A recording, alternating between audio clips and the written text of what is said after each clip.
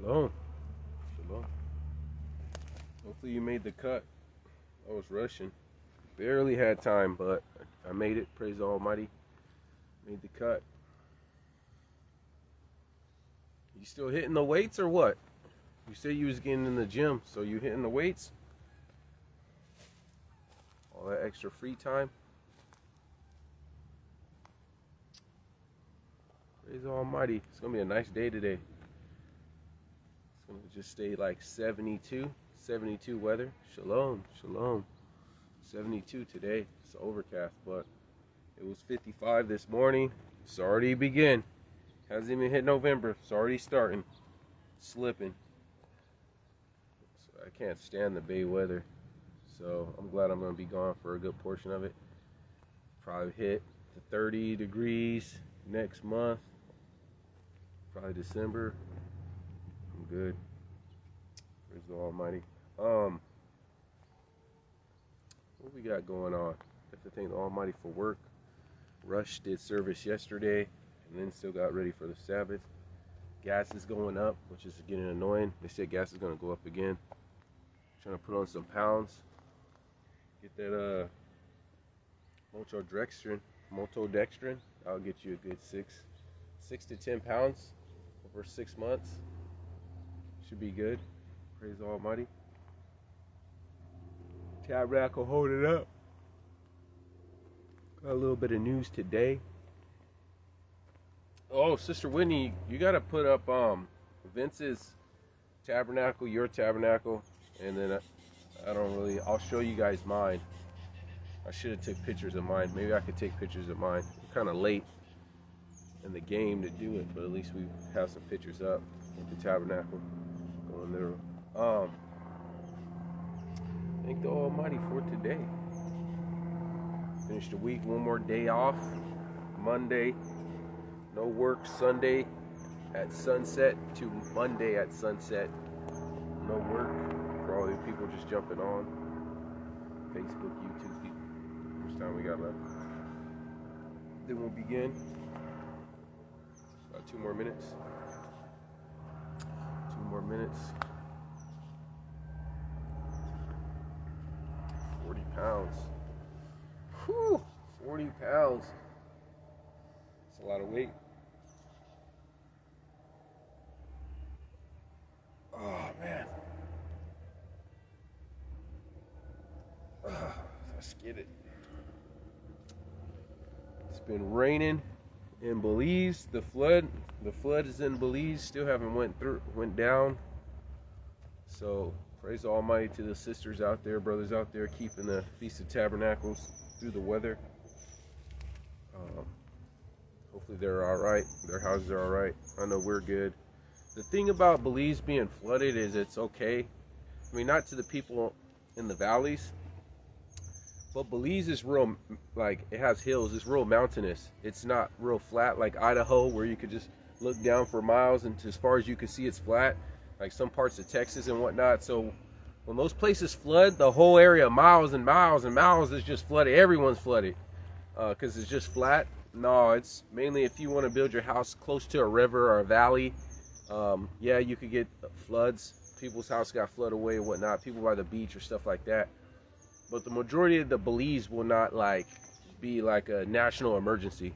You will have a city that might get messed up, or areas will get real messed up. But because how Belize layout is, the terrain, they're all right.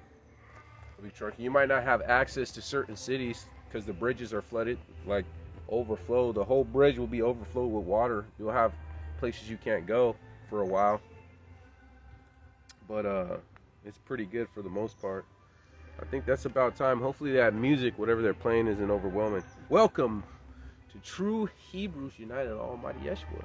It's your beloved holiness instructor, discipleship drill sergeant, about to get into the book as usual. Definitely give all honor to the Almighty Yah through His Son Yeshua Mashiach, the only begotten of the Father. Definitely give double honor to the apostles, the prophets, the evangelists, the teachers, the elders, the bishops, the deacons across the whole planet, teaching this gospel, persuading them to repent from their sin and come to this gospel for His everlasting too late. All the brothers and sisters being the light of the world, being the salt of the earth, keeping his commandments, statutes, judgments, precepts, and ways. All the people on the Facebook and YouTube, I appreciate you guys. I want you guys to be saved. Live holy, clean, and separate unto the Almighty. I mean, he may put a difference between clean and unclean, and holy and unholy, righteous and unrighteous. And will put his sheep on his right hand and his goats on his left. So thank all you people that made it through all the days. We are at day 6, tomorrow day 7, and then Monday, not really the feast, but it's day 8, because it says that after the feast day, take a Sabbath, because you went 7 days straight having service and feasting before the Most High, praying and getting all that good stuff. So Feast of Tabernacle day 6.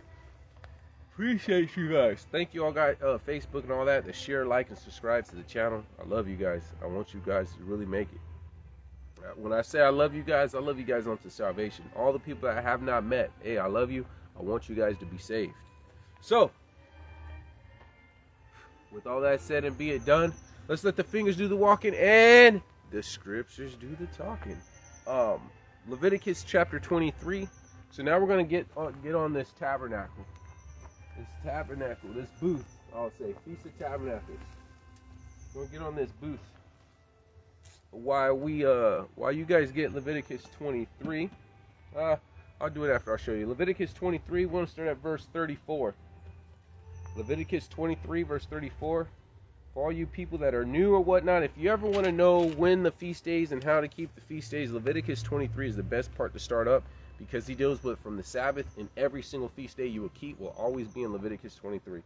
The dates and everything. So let's go with verse 34. It says, speak unto the children of Israel, saying, on the 15th day of the 7th month there shall be a Feast of Tabernacles. 7 days unto the Almighty. We're on day 6 today. And on the first day shall be a holy convocation. You should do no silver work therein. Convocations mean that you assemble. You do not miss service. You link up with the brothers and sisters. That's why you need a congregation. If you don't have a congregation, maybe you do phone, Zooms, live stream. You meet up with the brothers and sisters. 7 days shall you offer made by fire unto the Almighty. On the 8th day shall be a holy convocation. So it's only 7 days, but the day, once the feast ends, he says, hey, take a break. You guys been feasting and celebrating for 7 days. Hey, on the 8th day, go ahead and take a break. On to you. You shall offer made by fire unto the Almighty as a solemn assembly, meaning you gather yourself together again. And you shall do no servile work therein. It's the Sabbath. These are the feasts of the Almighty, which should proclaim to be holy convocations, holy gatherings. So you don't miss service, you don't miss Sabbaths, none of that. They're holy convocations. To offer an offering made by fire unto the Almighty, a burnt offering, a meat offering, a sacrifice, a drink offering, everything upon this day, besides the Sabbaths of the Almighty, and besides your gifts, besides your vows, besides all your free will offerings you give unto the Almighty. Also, in the 15th day in the 7th month, you shall have a gathering in the fruit of the land, and you shall keep the feast unto the Almighty 7 days. On the first day shall be a Sabbath, and on the 8th day shall be a Sabbath. So he's still talking about the Feast of Tabernacles right now. And you shall take unto you on the first day, so on that day, broods of goodly trees and branches and palm trees and broods of thick trees and willows of the brook. And you shall rejoice before the Almighty 7 days. So what you should do? Verse 41, and you shall keep a feast unto the Almighty 7 days. It shall be a statute forever in all your generations. You shall celebrate it in the 7th month, and you shall dwell in booths 7 days. And it shall be all that are Israelites shall dwell in booths, that the children may know that I made the children of Israel to dwell in booths. So he said booths 3 times. When I brought them out of the land of Egypt, I am the Almighty your Yah. And Moses declared unto the children of Israel all the feasts. So he just said keep the Feast of Tabernacle, but he said make booths. And I think that's where people get mixed up. So I'm going to show you my booth. Hopefully you guys can see. Let's see if you guys can see. Okay, so you see that little big post, and you see right there, and you see all these little posts coming up here, and you see this roof. Okay, so I'm going to give you a further back view. I use the back as a support, and I use side supports, and then I put bushes on top. Let's give you the back view up here. This is not the, see all these extra pretty little branches? See this tree? It's not the same. So I got branches. See? All right. All that, I put all that up there. See down there? my little supports. Made my supports. You can see where my backpack is. You see there, I'm under the booth when I'm teaching. All right. So hopefully that's a good illustration of the booth. All right, so right now I'm under the booth. Okay, so he said dwell in booths, and this goes to all the people that it's probably a shout out to someone. This is all the people that says, oh, I live in an apartment and whatnot. This is a park. If you guys don't notice, they play frisbee golf right there. See that parking lot? But on the other side of the parking lot is a whole bunch of trails. Huge. It's a pretty big park. It's a pretty big park. So you go, I don't care what you do. You go to a canyon, you go to a gutter, you go to wherever you need to go to keep the commandments of the Most High. We don't use I live in an apartment as an excuse why you can't build a booth. We don't use, oh, well, I live in the city. You go figure it out. If you had to drive an hour out because you live in the center of New York and the Almighty tells you to keep His commandments, and you drive an hour out and catch the trolley, catch the bus, and you build a booth and you go there 7 days straight, then praise the Almighty. It says, be ye a living sacrifice unto the Most High. You do what you got to do to keep your the commandments of the Almighty and to secure your salvation. At the end of the day, you want to show the Almighty you're serious. When the Son of Man come, will He find faith on earth? We just dealt with that yesterday. So it says, now once, my main point is it says, you take verse 40, and you shall take unto you on the first day broods of goodly trees, and branches of the palm trees, and broods of the thick trees, and willows of the brook, and thou shalt rejoice before the Almighty 7 days. So you're supposed to go get these to build your tabernacle. Go ahead and give me Nehemiah chapter 8. Nehemiah chapter 8.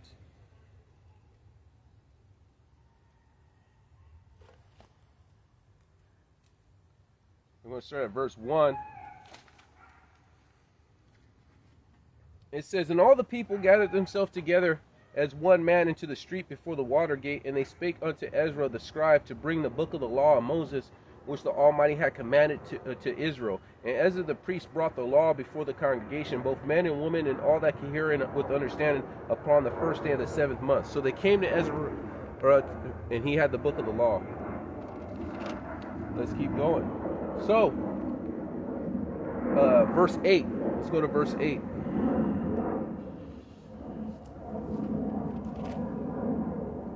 So they read in the book the law of the Almighty distinctively, and they gave sentence and caused them to understand the reading. Check this out. So now let's keep going.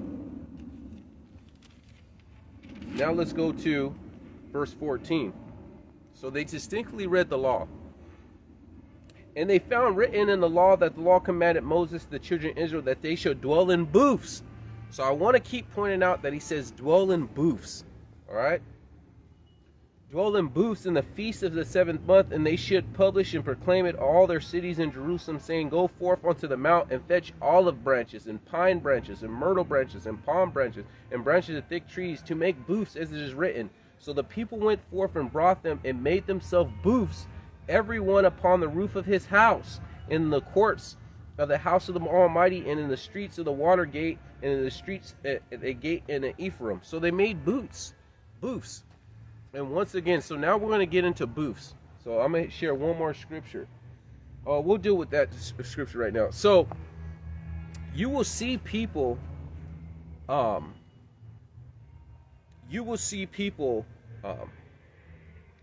keeping the Feast of Tabernacle and not making a booth. They'll take the day off work, but they will not make a booth, and you're not keeping the Feast of Tabernacle. I'll show you real quick.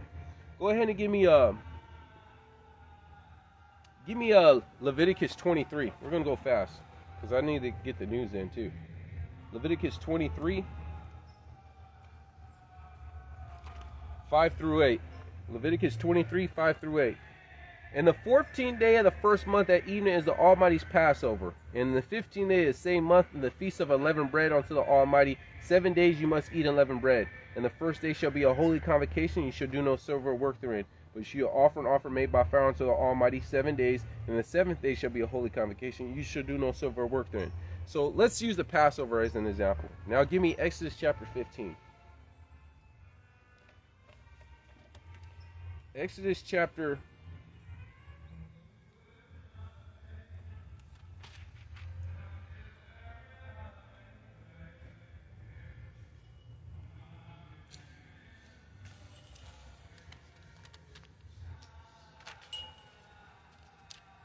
Up. It's not Exodus chapter 15. I actually didn't put the chapter, so I gotta find it. There we go. Exodus chapter 12, verse 15. 7 days you shall, Exodus chapter 12, verse 15. 7 days you shall eat unleavened bread. Even the first day you shall put away leaven out of your houses. Whosoever eateth any leaven or bread from the first day unto the 7th day, that soul shall be cut off from Israel. So, just like if I keep the feast of unleavened bread, and I say I keep the feast, the first day I take off work, the last day I take off work, but I still eat leaven. I don't get leaven out of my house. I still eat leaven. I still stuff with yeast and baking soda. You're like, well, you're not keeping it. You can't halfway keep it. And that's the same thing with the Feast of Tabernacle. When he says make a booth, and go get branches from goodly trees and whatnot and make you a booth, that's part of keeping the Feast of Tabernacle. You cannot just not make the booth. It's like saying, oh, I keep the Sabbath and I do not go to work. I tell my employee I will not work on the Sabbath, but I play video games and I just go swimming at the pool and I do all this fun stuff. That's not keeping the Sabbath. It says from doing your own works or doing your own pleasures or speaking your own words. It says we need to refrain from that, rest the body, and focus on the Most High. So yes, you took off work, but then now you're still playing video games all day. No, that's not what the Sabbath is for. In like manner, the Feast of Tabernacle, you need to make a tabernacle. There is no ifs, ands, and buts. You might as well go to work if you're not going to make the tabernacle, because you're not keeping it. This is two scriptures, Nehemiah and Leviticus. It says, go make your booths, and they dwelt in booths. 2. Now we're going to get on a booth. Now remember, he said make booths. And it called it a Feast of Tabernacle. Now we know the definition of a tabernacle is a tent, but he told us to make booths.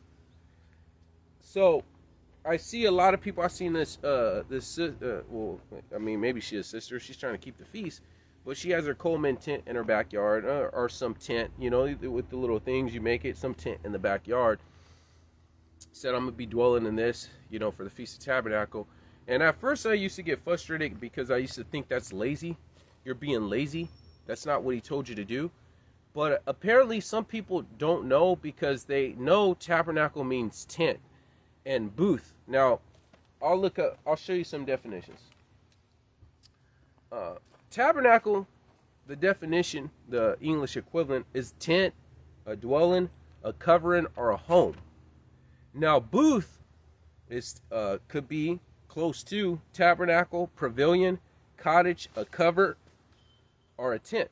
Now, there are some similarities to a booth and a tabernacle, and it's called Feast of Tabernacle, so I understand why people probably just go buy a tent from some sporting good place and think they're keeping it. But the difference is he said booth. Now, a booth, a tabernacle, or a tent, they're similar. Like a house, an apartment, a duplex, a condominium, a high-rise, all of them have bathrooms, sinks, kitchen, bedrooms, dining rooms, living rooms, and you could live in all of them, but they're not the same. So when you say, this is my home, and you go and it's an apartment, okay, he lives there. And someone else says, this is my home, and he goes and it's an actual house. They're not the same, but you use them the same. And that's the thing where I think people are getting confused with booth and with tabernacle. They are not the same, but you use them the same. Hopefully that makes sense to you. So let's go with some, let's get the shout outs real quick. Shout outs. Hopefully she sent it. I'm assuming that's the text message I got. Oh, there's a lot of viewers. Gia, I almost read the wrong text.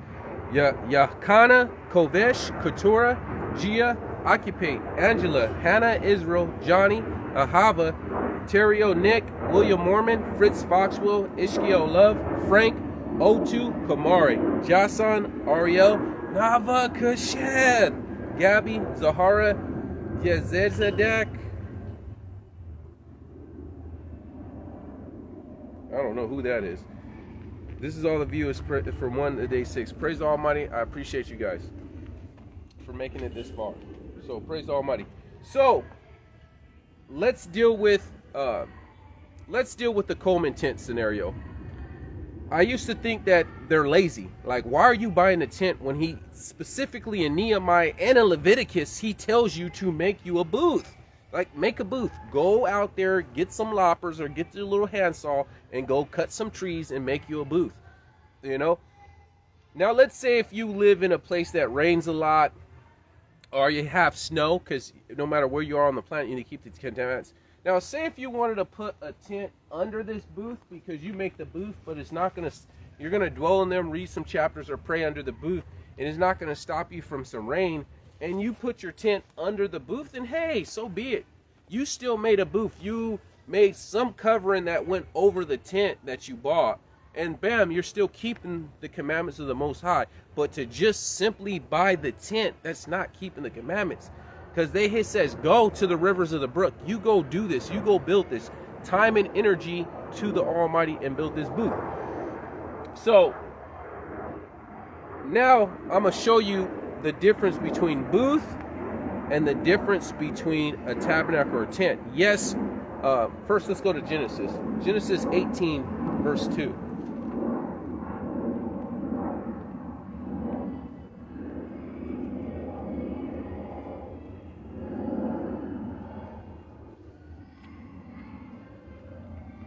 Genesis 18, verse 2. And he lifted up his eyes and looked, and lo, men stood by him. And when he saw him, he ran to meet them from the tent door and bowed himself to the ground. So we know the tent had a door or enclosement. So we all know what a tent is. There's an enclosement, is fully enclosed. I mean, there's an entrance and access, and it was fully enclosed. Now, I just want to show you, we just read the word in the scriptures of tabernacle. We just seen the scripture where it says tent, and we seen the scripture where it says booth. So these three words are in the Holy Scriptures, but he specifically said make booths for a reason. Let's see why. Go ahead and give me Nehemiah again. Give me Nehemiah 8. And then we'll start showing you some definitions. Nehemiah 8.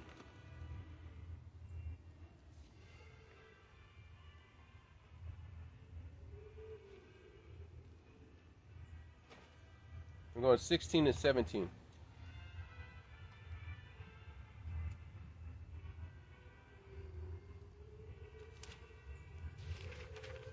That music's getting on my nerves. Is that music too loud over there? Praise the Almighty. Nehemiah 8, 16 and 17. So the people went forth and brought them and made themselves booths, everyone upon the roof of his house, and on the courts, and in the courts of the house of the Almighty, in the streets of the water gate, in the streets of the gates of Israel. And all the congregation that were with them came again out of the captivity, made booths. It didn't say tents, and it didn't say tabernacle, because all those three words are in the Bible, but they keep saying booth. So he's not using this word interchangeable. All right, so let's keep going. Made booths since the day that Yeshua the son of Nun, until the day had not the children of Israel done so, and there was a very great gladness. Now, a booth, and I'm going to show you some example. A booth is what you call a modern day gazebo. Now, the difference between a booth and a gazebo is a word defined to a portable booth. Like a portable booth will be a gazebo. Like you have a home and you have a mobile home. They are both homes. They both have showers. They have sinks. They have refrigerators. They have ovens. Onions. Hopefully there's onions in there too. They have onions in there. There's beds in there. But one is stationary, like a home that you have a foundation, and one you can actually drive. So there's a difference. A gazebo is the word used for something you could pack up and you just prop it up and you have a gazebo. When you go to, I'll start showing pictures now. Show some modern day examples. Hopefully my phone will bring up the pictures. All right, let's see what's up.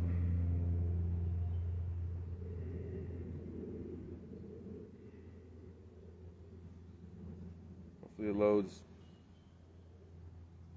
No.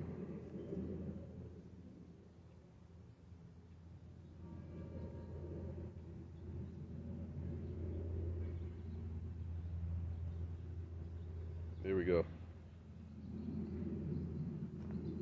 I had to load it up on this phone, so bear with me.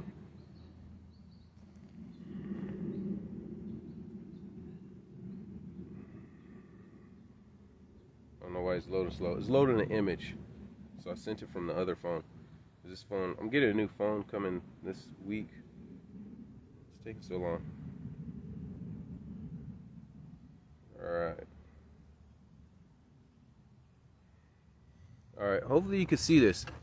This is called a phone booth. A phone booth. See how it could block you from the sun? But it's not a tent.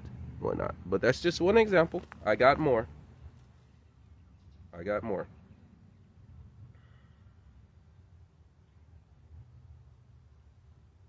Alright. For you young people out there, you want to know what a phone booth is. Or you want to know, like, I'm going to drop that dime. That's like I'm going to snitch on you. Because back in the day, phone calls used to only cost a dime. So they went to a phone booth, and when they want to rat something out, they'll drop a dime and call the cops and say, hey, this and this is anonymous, and they'll hang up the phone. So when you say, hey, I'll drop that dime on you, that means I'll snitch or I'm going to tell on you or whatnot. This is a flea market. All right? You see those gazebos? You pay to set up your booth.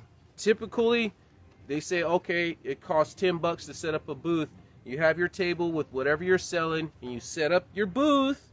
Even though it's a gazebo because it's portable, you set up your booth, and people go and purchase things. Let's keep going. Give you some more examples of a booth. You see how it's not fully enclosed? That would be called a tent. Now, if you want to make it fully enclosed, like I got little walls right here, you know what I'm saying? That's fine. But it's not buying a tent. It's not a tent. All right, last scripture. And then I'll get into some definitions. Last picture. Then I'll get into some definitions. I won't. It's taking too long. So, definitions now. Let's go with my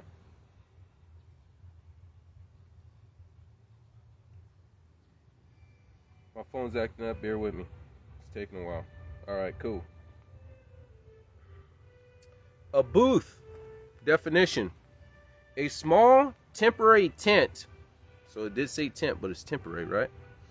Or a structure at a market, fair, or exhibition used for selling goods, providing information, or staging shows, like the gazebos. And yes, it said tent, but when you go to the flea market or the swap meet, it is not fully enclosed. You're not zipping something, or you're not coming through this door and it's fully enclosed. Usually you come under their shadow, and then you see other ones. Usually it's a tarp, whatever. They use a tarp. Let's go with a gazebo, whatnot definition. Now I'll prove what the scriptures, what I'm talking about. I'm showing you how these definitions line up with the scriptures. Gazebo, a roof structure that offers an open view or surrounding area, typically used for relaxation or entertainment. You could also look up an office booth. It has a roof and a covering where people could work, but it's open. People could see what's going in or out. It's not really a tent or fully enclosed. Now I'll show you with the scriptures. If you look up like a Hawaiian hut, a hut is mainly the style of how it's built. You know, where you use palm trees. A lot of the huts come up, just cover the top. The difference between a gazebo is it's portable, and a hut is an actual structure. They use palm trees. You chill under there for shade. Sometimes there's a kitchen under the hut, or you go to a Hawaii or you know, some place tropical, and then there's a huge hut, and it's like you have chairs and people eat under the hut, but it's pretty much a straight booth, a huge booth. People just go under there chilling. You can see the whole environment. You see the turtles. You can see the beach. You're chilling under the hut, or you're chilling under the booth, and you're just eating your food. Now let's prove this with the scriptures. Give me Jonah chapter 4. Jonah chapter 4. Then we'll get into the news. All the people that came in late, go back, watch the full, or unless you'll miss it. Jonah chapter 4.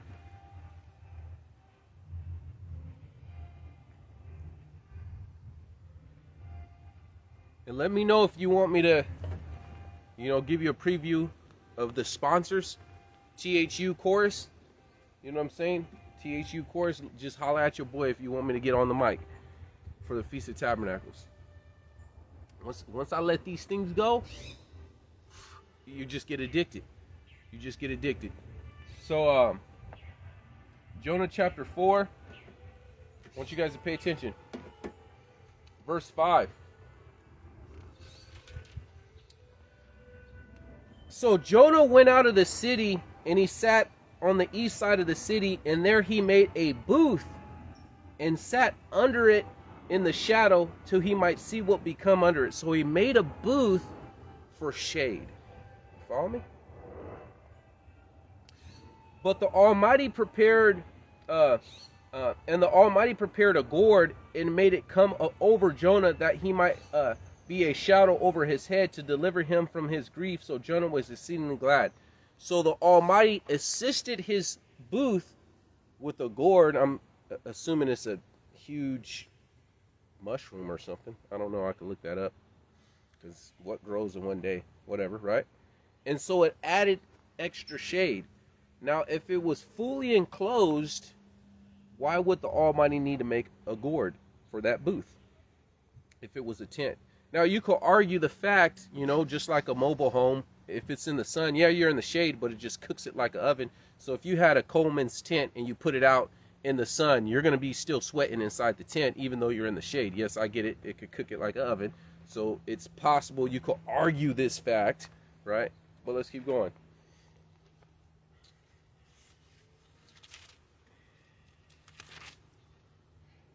So, verse 7. But the Almighty prepared a worm when the morning rose the next day, and he smote the gourd that it withered. And it came to pass, when the sun did arise, that the Almighty prepared a vehement east wind, and the sun beat upon the head of Jonah, and he fainted and wished himself to die. And it said, it is better for me to die than to live. Once again, this booth, if it was fully enclosed, then why did the sun hit his face? Because it was a booth. It was not a tent, and it was not a tabernacle. Now, also with that,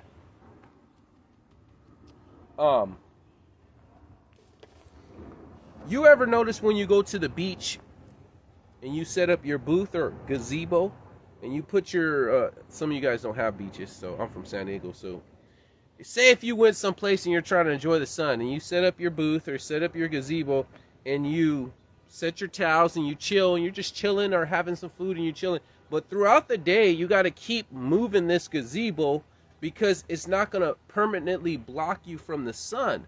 So you got to keep moving the gazebo to where you're in the shade. Pretty soon, you're not even under the gazebo. The gazebo is like 5 feet in front of you, but just the shade of the gazebo covers you, but you're literally not even under the gazebo anymore, if you know what I'm talking about. But the difference with Jonah is he set his, when you make this is permanent. I can't keep moving these branches and moving these roofs throughout the day to where I could just stay in the same location. So when he made his booth, and as the sun rose and went down, there's a good portion of the day he would not have shade under that booth. Thus the sun came and beat on his head. So hopefully that lets you understand why we don't go buy a tent and make a booth and think we're Feast of Tabernacles. Tabernacles does mean tent. And tent means tent, fully enclosed structure. But a booth is more of a gazebo. Now, you have seen some booths that have four sides or 2 sides enclosed, and then one side's open. You could technically enclose all 4 sides, but that will be called a hut now, or a tent. It will be more of a hut, because a hut's just wood. Tents usually used with some kind of camel skin or curtain, some kind of curtain, and you make a tent. And you use a string and tie it down and whatnot. That's more of a tent, versus a hut is fully, you just got branches, you chopped them, you made a hut, and that made our teepee, or it's fully like that. So hopefully that helps you. All the people that didn't know and you got your tent, all right, I get it. Some people don't know, but some people are just lazy and just buying a tent instead of going out there and making a booth. It takes time to go and get your palm trees. It takes you time. Sometimes I got to get loppers and chop trees because you want to get some good trees and whatnot, some ones that look good. It takes time, but we do it unto the Almighty. And you cannot keep the Feast of Tabernacle if you're not making the booth. You don't halfway keep the Sabbath. That's like keeping the Passover, not doing feet washing. He washed the apostles' feet, and he says, do this. Just this is my example, that you do this to one to another. He did it on the Passover. So on the Passover, we do feet wash. On the Passover, you do the Lord's Supper. You know, on the Feast of Unleavened Bread, we don't eat leaven. Oh, I keep the Feast of Unleavened Bread. I don't go to work, but I eat leaven. No, we do not halfway keep feast days. You keep it to the fullest. It is better for you to just not keep it at all than to halfway keep it. You know, and I'm not saying go break the Feast of Tabernacle. I'm saying just keep it all the way. Build your tabernacle. Don't be lazy buying a tent. If you didn't know, I get it. You didn't know. So praise the Almighty. We're going to get into the news, but give the Almighty a hand clap for that part. And we'll get into a little bit of news. Praise the Almighty. This kind of made me sad because I actually learned some more history. I was sad for a good 2 hours yesterday when I found out that the U.S. is going to invade Haiti and send, you know, and then I looked it up, and then in 1915, because Haiti was one of the first countries, slave countries, that they actually fought for their independence. And how racist these people were is the French, they fought for their independence and overthrew I think it was France. And then the France said, well, we're going to come back. You need to pay us reparations for all the slaves we lost. The slaves that fought for their independence. And I think they're just paying off that debt. So they're having to pay reparations to France for the money they lost for the slaves that wanted their independence. And they were forcing them to pay. This is how racist these people are. And then in 1915, just like they did in Afghanistan or Iraq, they sent Marines and invaded Haiti, which I did not know, because that wasn't that far long ago. And they set up a puppet government and a puppet prime minister over Haiti to continue to oppress the people. And I have respect for Haiti and Ethiopia too, because Ethiopia was one of the few countries in Africa that didn't get invaded by Europeans. And same thing with Haiti. Haiti was the first one to get their fight for. They actually fought for their independence, and Jamaica got their independence. And as soon as Jamaica got their independence, they stopped buying Jamaica bananas and they went with Chiquita bananas because they wanted to oppress it. So as long as Britain, or I think Britain, had rule over Jamaica, they bought Jamaica bananas. We used to always eat Jamaican bananas when I was young.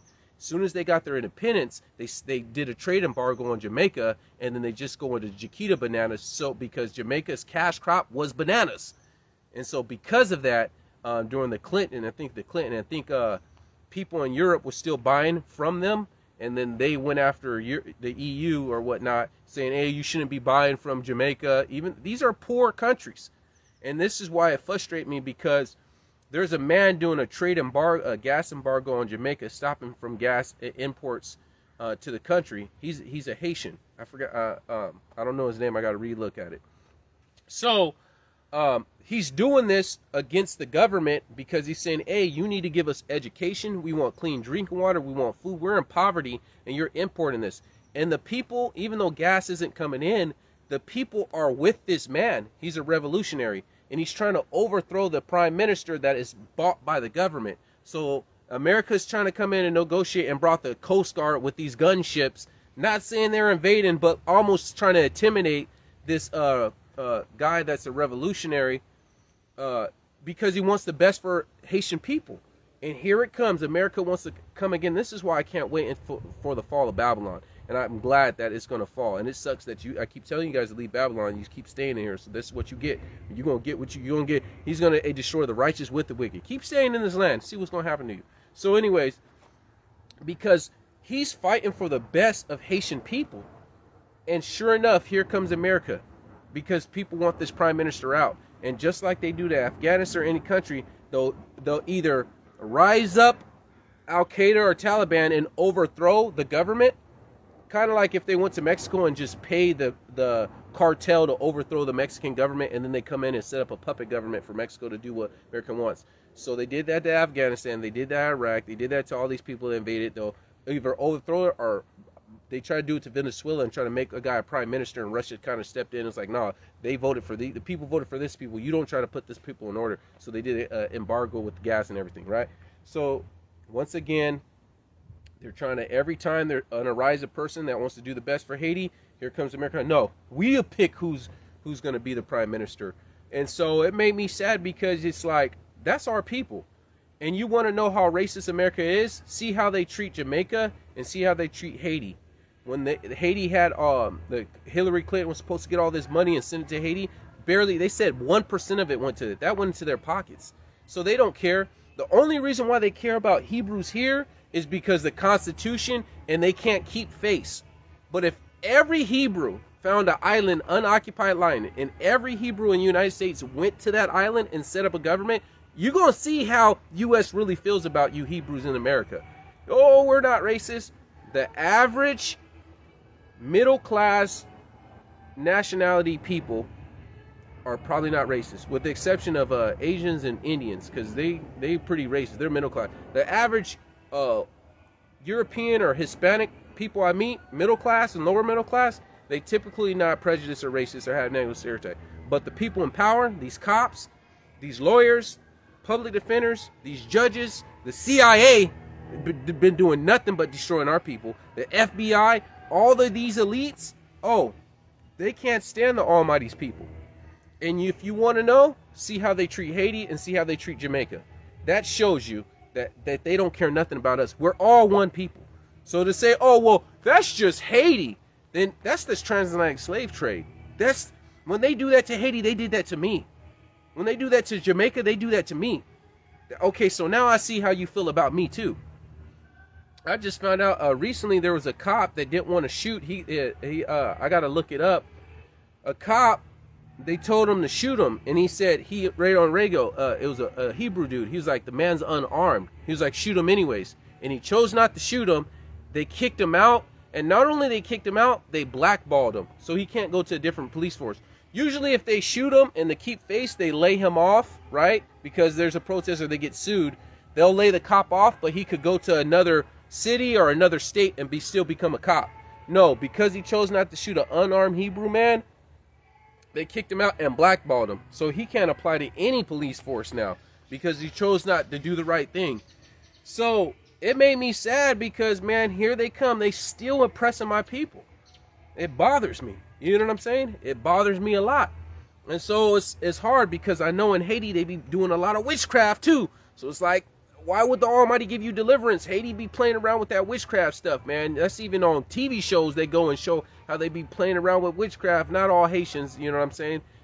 But it's like, the Almighty's not going to deliver you. You keep dabbing in sin. So, praise the Almighty. Be praying. Hopefully these people repent and come to the gospel, because the Almighty can give you favor. It says, if your ways please the Almighty, He make even your enemies be at peace with you. So I'll be praying for them. Hopefully you guys be praying for the people in Haiti as well as Jamaica. Ukraine's getting their butt whipped. I keep telling you guys, go to BitChute. All right, so this is what happened. They're pushing it. Oh, you look at this, and we're winning and all this. They're trying to make it like Ukrainians have a chance in this war when they don't. One, they would have already been done, but they keep funding them with weapons. If it wasn't for the NATO funding them all their weapons, this war would have been over. So they want a perpetual war going. Two, say this is the 4 regions, Donetsk and all this, the 4 regions they annexed and said, okay, this is a part of our property, even though these are the countries that wanted to go and be part of Russia anyways. And so Ukraine's been bombing these their own people for 8 years already, but they won't tell you that because they're Russian-speaking Ukrainians, and so they've been getting bombed by Ukraine for 8 years straight. So then when Russia came and just took these 4 regions, these are the regions that already wanted to be a part of Russia for over 8 years, right? So let's keep going. So, say this is the land. These Ukrainians are coming with tanks and UAVs, manned vehicles that jump out and whatnot, but Russia be having drones like far before even they get to the line. And so before they even get to the point to attack Russia's already destroying these tanks, destroying these dudes. They're trying to send commandos. Their drone game is on point. Their drone, man, you've seen videos where they're the trench where there's lines. You know how they do it in California. farmers, two farmers, they'll set up a tree line because they're not going to build a fence, so they just plant a whole bunch of trees, and that's their property line. So you know this line of trees that goes in a straight line. You probably see it in California a lot. They do a tree line, and that's between one farmer and another farmer, their property line, right? So they use this tree line to set up, you know, trench warfare and have their artilleries and shoot their mortars, and they use the tree line as cover. So these drones are coming, man, and you see the pin comes, and there's like, they got their trench, and the grenade drops, and they just dropping, these Russians are dropping grenades on these Ukrainians. These Ukrainians, like, got no chance. It's like 70% of the Ukrainians are wiped out. So they're bringing in Poland mercenaries, they're bringing in mercenaries, and check this out. This is how wicked these people are.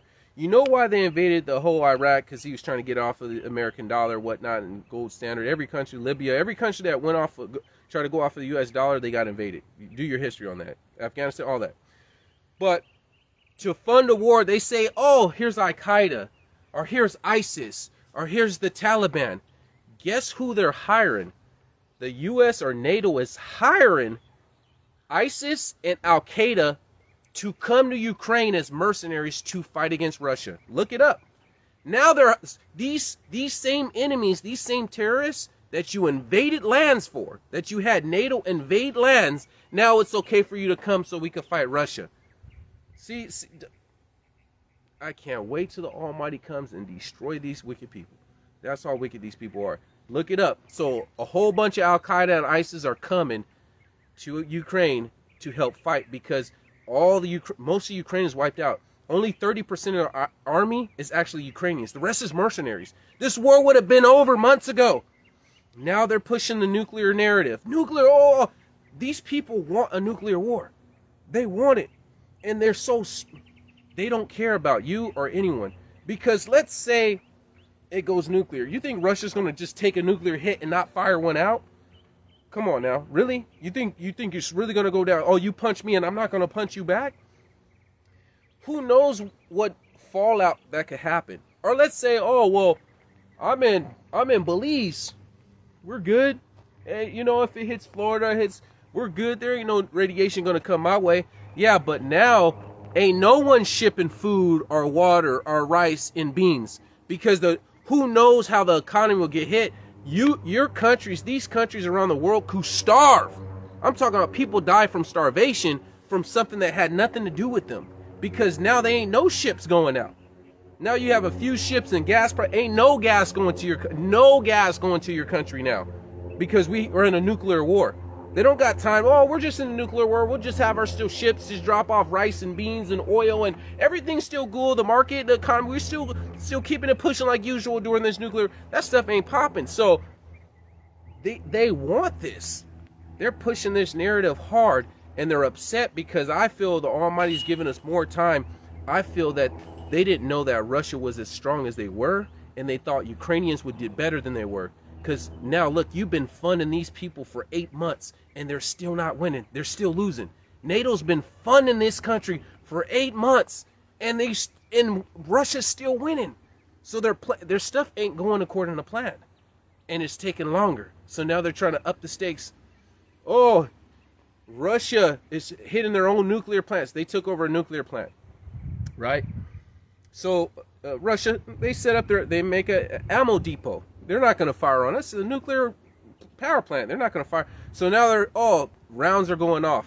And they're saying Russia's attacking their own nuclear plant when they have soldiers and they're using it as an ammo depot. Russia broke the Nord Stream pipeline. When that was their carrot to say, hey, if you stop these sanctions, I'll give you gas. I'll give you oil. Stop this is the Nord Stream pipeline. Why would he destroy? Now the Crimea bridge, in the very beginning, they try to say Russia blew up their own bridge. Crimea supports the regions they're using. They have a whole bunch of military in Crimea, and that bridge brings ammo and men to fight the front lines. Why would they blow their own bridge? And then Ukrainian took credit. Oh, our special things did it. So why would Russia just keep destroying them? I'm just going to keep doing damage to myself to win this war. They're trying to put everything on Putin. Putin made a speech, said that, hey, America and NATO are Satanists and globalists. And he made a vow and a speech to fight against it. So hey man, you pro Putin? Hey, so what? He's the only one I know that's fighting against these satanic people. Who else is doing it? Who else is going against NATO? I know America's oppressing Haiti and oppressing my people. I know Russia did participate in the transatlantic slave trade. There ain't no ancestors that were slaves in Russia. Russia didn't import any slaves. I know America did. I know Europe did. I know Russia didn't. I know Russia's against the satanic. Who else? What other country you know that is against the New World Order? That's causing problems for the New World Order. What other country's doing it? So, hey, they say what I could care less what these liars say. You know what I'm saying? Oh, well, do I believe that Putin's going to be saved and living holy? No. But he's buying the people of the Most High more time for us to buy our rice, our beans, our oats, to use cash before they go full digital. He's giving us enough time to buy our land, to be self-sufficient, get our chicken coops, dig our wells. He's giving us time to get our stuff done. So, hey, it is what it is. They can say what they want. I'm not no patriot. Why would I be a patriot to this land that's oppressing my people? I'm good. I'm just getting my stuff and I'm bouncing. I have no plans to stay in this land that's oppressing my people. That's poisoning our food with Bill Gates and the vegetables and the meats, poisoning our air with the chemtrails, poisoning our water, trying to force liquid in our shoulders, poison our cereals, indoctrinating our kids with poison and toxic sex change and all this stuff and transhumanism and choose your gender. No, everything here, all the news is poison and toxic and lies. There's nothing here good for me.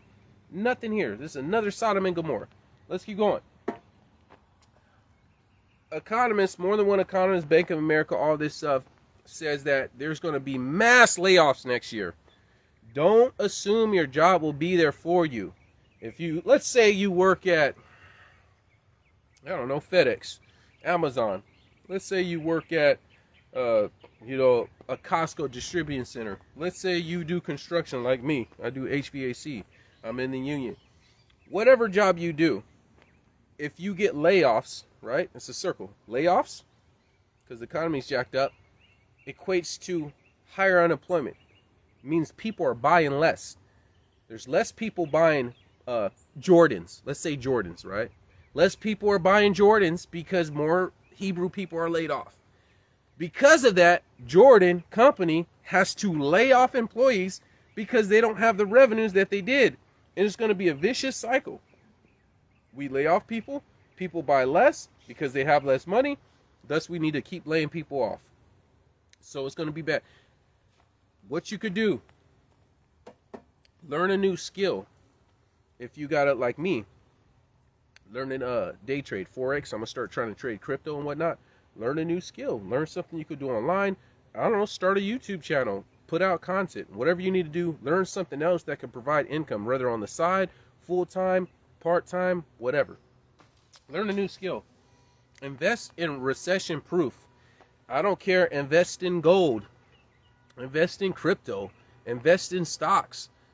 Stocks are going down and they're going to keep going down, and there's going to be a housing bubble. So maybe buying these in a couple of months when they're super low, and then you'll make money. You make money when the economy is low, and you make it on the way up. You don't make it when the economy is doing good. Save money. Start saving more money. If you normally save 50 bucks a week, save 75, save 100 bucks a week. Start building that reserve or emergency money faster than what you're already doing. Lower your standard of living. Let's say you and your kids, you guys got a 2-bedroom or 3-bedroom. You got a, your kids are young or whatnot. It's okay if you could go down to a 2-bedroom and you pay $400 less a month. And even though your kids might have to share a room for a couple of years to get through this recession, then do that. Yeah, man, I'm used to, I don't feel like moving. But if you move and you lower your standard of living to save money and just pocket it for the heart, the famine is going to come next year. They already been stopping these farmers. It's coming. All right? I'm telling you, it's coming. You're going to be, oh, I didn't know. No, you knew. If you could lower your standard of living, hey, I'll only buy name brand shoes. Maybe your kids don't need name brand shoes next year for next school year. Maybe they need to just drop it down and pay less, but pay less all closed down in California. Maybe drop it down. Maybe you don't need to get your kids could have plain t-shirts. They don't have to have a FUBU or Nike or, well, not no idolatry, Nike. They don't have to have all these Timberlands. You don't have to do that. They can have regular shoes. They can have regular clothes. And half the time people put all these energy in these kids wearing Jordans and this and all this stuff, but you still live in a hood. You're not a homeowner, but you have this 20-inch rims and a system, and your kids dressed up in Timberlands boots, and you do all this stuff to have the image of wealth, but you live in poverty. So why not just have real wealth? Or why not just have a fat... Dude, I live below my means to no limit. You know, not my family, but me. I'll probably share my story later on. But I buy the... You know me. $80 phones. $80 phones. Cracked screen right now. I'm buying another one. I got it for like 85 bucks. Man, I don't care. You can say what you want. I know. I'll tell you eventually when I retire. I'll tell you what I make. I'm not hurting for anything. But I'm not trying to impress no one. And I know what's coming. And instead of me buying an expensive phone, I'd rather buy more rice and beans and Mylar bags. I'd rather get more water. I'd rather get more pectin or iodine, nice and iodine, just in case if we do have radiation. Or more gloves, just in case they release a real virus. Or more masks or whatever. I'd rather get my preps and get set up than to have this shiny... You know, when I floss, then you know I'm able to floss fully. When I flex, you're going to see me flex eventually. Lord willing, I'll have my flex, but it's after everything else is taken together. Live below your means. Get to a cheaper place. Get a cheaper car. You ready to buy a car? Get a used car and fix it up. You could buy $8,000 on a car, right? Off the lot.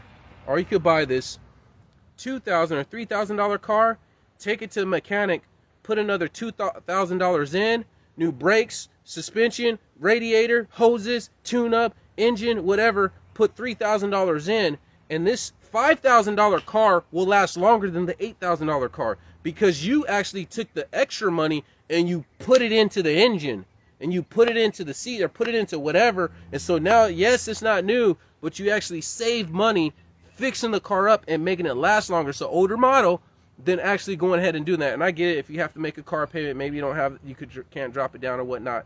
I get it, or whatever. Do that. So learn ways to save money. The famine will come next year for some of us. Some of you guys won't lose your jobs and won't cut your hours. That may not happen to some of you guys, but they know that it will happen to thousands of people next year. Thousands of people. So don't just assume you're going to have employment next year. The time is now to save money. Europe's facing the gas shortage big time. The lines is like an accident. It looks like a traffic accident. They got pictures of France. The policemen are pushing a car because even the police are running out of gas. When you go to a gas station, at least in California, you'll see a yellow tape on a gas station, and it says out of service. There's always a pump that says out of service for some gas station. It's never out of service. That one is reserved for police officers. So they'll come and then they could take it off, they use it, and they put it back on, and no one else. So whenever they need to get gas, they don't have to wait in line if it's an emergency. So that's what they do in California. It's never out of service. That pump works, but it's just reserved for police officers. But even the police can't get gas. And they show 4 French police officers pushing their van. It's getting bad in Europe. It's getting real bad. They're trying to break Europe. The elites are trying to break Europe. As Europe falls and after America falls, then they release the new currency, and then I'm believing sometime in our lifetime we'll see the man of sin pop up. You see the false prophet pop up. He's not going to say, oh, I'm a false prophet, but you'll see some spokesmen come up and, you know, pushing this agenda to this dude. We'll start seeing this stuff pop up on the scene. So get ready for that. I think it's going to be in my lifetime. It says no man know the time or the day. But I know when he gathers his people is going to be during the time of Feast of Tabernacles. I know that's for sure. Because just like he gave the Spirit of the Almighty to be the first fruits of his creatures on Pentecost, he's definitely going to gather his people towards his year's end. Not no January 1st year's end, towards his year's end. So hopefully that helps you guys out. And praise the Almighty. With all that said being done, keep standing. Don't drop standards. Give the Almighty a hand clap. Shalom.